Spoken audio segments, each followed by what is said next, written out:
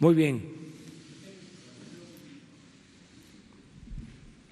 Hola, buenos días. Muchas gracias, presidente. María Berza, de la agencia Associated Press. Quería preguntarle sobre 3 temas. El primero, ayer ustedes hablaron de la segmentación de la movilidad para evitar la transmisión y contagios.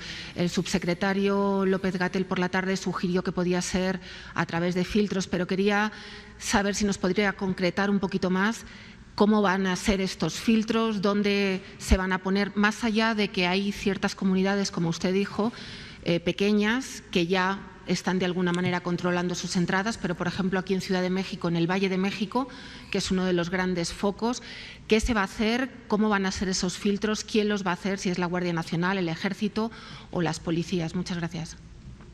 Bueno, eso se está terminando de definir. Se está trabajando, entiendo, y en todos los casos es voluntario.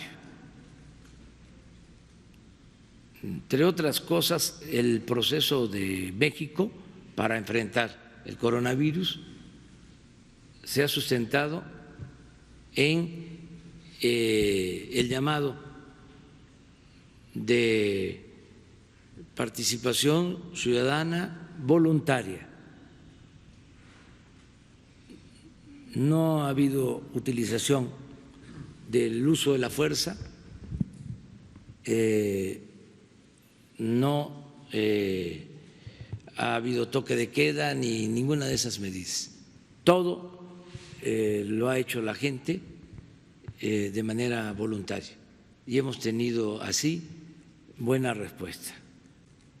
Pero, Hugo, ¿podrías explicar más sobre los filtros? Con mucho gusto, presidente, canciller, el coordinador.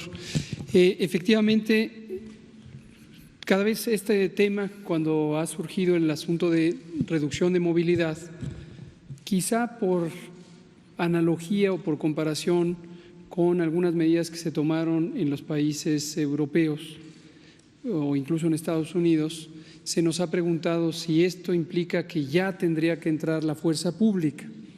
Sistemáticamente hemos respondido no, no tenemos intención alguna de militarizar la respuesta de salud pública. ¿Por qué razón?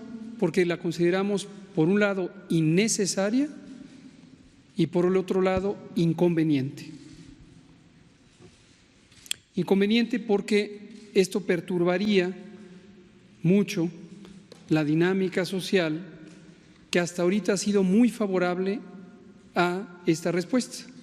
Como lo mostramos ayer, hemos tenido una reducción muy sustancial de la movilidad en el espacio público y agradecemos al pueblo de México esta contribución positiva por un acto de seguramente conciencia, persuasión, conciencia de que existe un riesgo individual, familiar, comunitario y en general social de que se propague más aceleradamente la epidemia.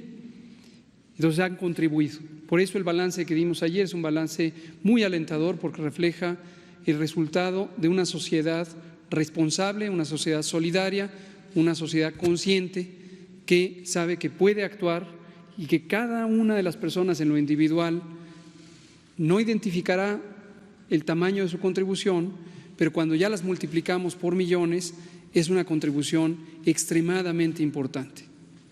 Sobre el tema de la segmentación, la lógica fundamental en salud pública es disminuir la movilidad entre regiones de distinto grado de intensidad de transmisión, precisamente para que no haya una propagación acelerada. En algunos países europeos se dio al inicio de esta epidemia, en febrero, que hubo vacaciones y entonces hubo un desplazamiento importante de ciudadanos de esas naciones hacia otros territorios en los propios países y probablemente, esto no conozco que esté formalmente documentado, incluso en los distintos países que conforman la Unión Europea, como un bloque multinacional. Entonces sabemos de esa experiencia por experiencias de otras epidemias en México y en el mundo también se conoce que eso puede ocurrir. Cierro diciendo, como señala el presidente, lo estamos analizando con un juicio técnico, con un juicio científico. Una vez más vuelvo a agradecer al CONACYT y a su directora general y a todo su fabuloso equipo y la comunidad académica y científica de México, porque estamos utilizando varios elementos de visualización de los patrones de movilidad, pero además de análisis formales de las redes de conexión y dependencia en aspectos sociales y económicos. Se lo pongo con un ejemplo muy simple: las escuelas. En las escuelas, aunque uno puede ubicar una escuela en un municipio, a la escuela concurren personas, niños y otros jóvenes, según el grado escolar, de otros municipios. Entonces, la solución a la segmentación no está solamente en las fronteras administrativas de los municipios o de los estados incluso, tiene que ver con la interconectividad que existe por otros elementos de dependencia social. La distribución de alimentos, por ejemplo. La logística de distribución de alimentos va más allá de los espacios territoriales definidos administrativamente por esto. Entonces, lo estamos analizando con mucho cuidado.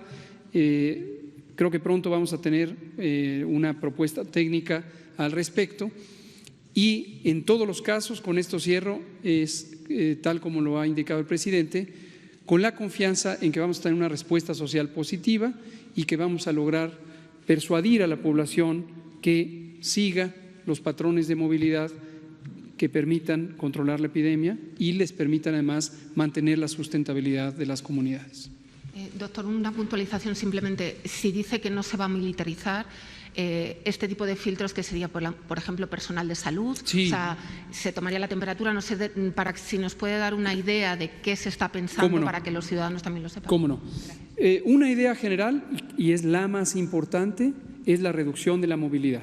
Y esto justo lo ilustra mucho la fase 2 y las medidas de mitigación comunitaria que tenemos ahorita mismo instauradas en forma masiva y que son parte de la Jornada Nacional de Sana Distancia.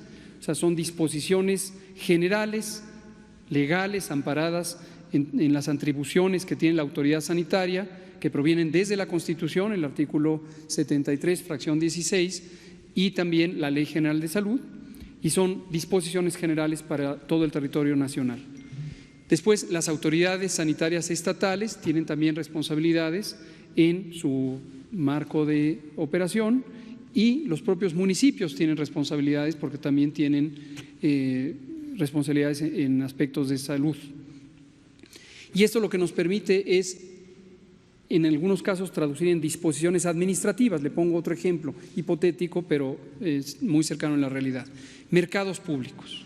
Los mercados públicos, sobre todo en las zonas suburbanas y rurales, concentran mucha gente, a veces centenares o decenas de miles de personas, y se pueden segmentar, se puede alternar que los distintos calendarios de comercialización de productos se puedan hacer en fechas distintas, en lugares físicos distintos, y entonces eso disminuye movilidad. O se pueden desconcentrar las operaciones comerciales entre distintos municipios que pertenecieran a distinta categoría de transmisión, ¿no? Respecto a los filtros, la operación física de los filtros sí, tradicionalmente la opera el personal de salud pública. Aquí viene al caso también un elemento a veces no muy claramente percibido por la sociedad. La salud pública no es medicina de muchos. El Sistema Nacional de Salud tiene la parte médica propiamente, consultorios, hospitales, batas blancas, estetoscopios, pero tiene todo lo demás que se llama salud pública, y la salud pública son las operaciones de personal de campo, son a veces disposiciones que parecen administrativas, pero tienen una lógica científica de salud pública, la vigilancia epidemiológica, la promoción de la salud, etcétera. México no tiene todavía lo que tienen algunos otros países, que son personal de campo estructurado en una sola unidad técnica. Por ejemplo, en Estados Unidos existe el Servicio Nacional de Salud Pública, es una parte de la institucionalidad muy antigua y muy sólida. México no lo tiene. Antes de COVID, al inicio de la administración, Ya habíamos planteado un proyecto semejante, que México tenga un Servicio Nacional de Salud Pública, y esto es un grupo humano que integra a toda la comunidad de salud pública, epidemiólogos, promotores de la salud, etcétera, para que pueda tener una coordinación en su trabajo de campo. Entonces, hoy estamos avanzando en ese mismo proyecto en el contexto de COVID, y esto nos va a permitir tener unidades técnicas que hagan los filtros relevantes, la contención centrada en personas, centrada en casos sospechosos, propia de la fase 1.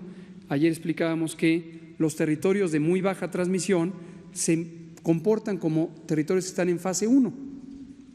Entonces tenemos territorios que están en fase equivalente a la fase 3, alta transmisión y dispersión, tenemos territorios en fase 1. Entonces regresamos para esos territorios a las intervenciones propias de fase 1. Gracias.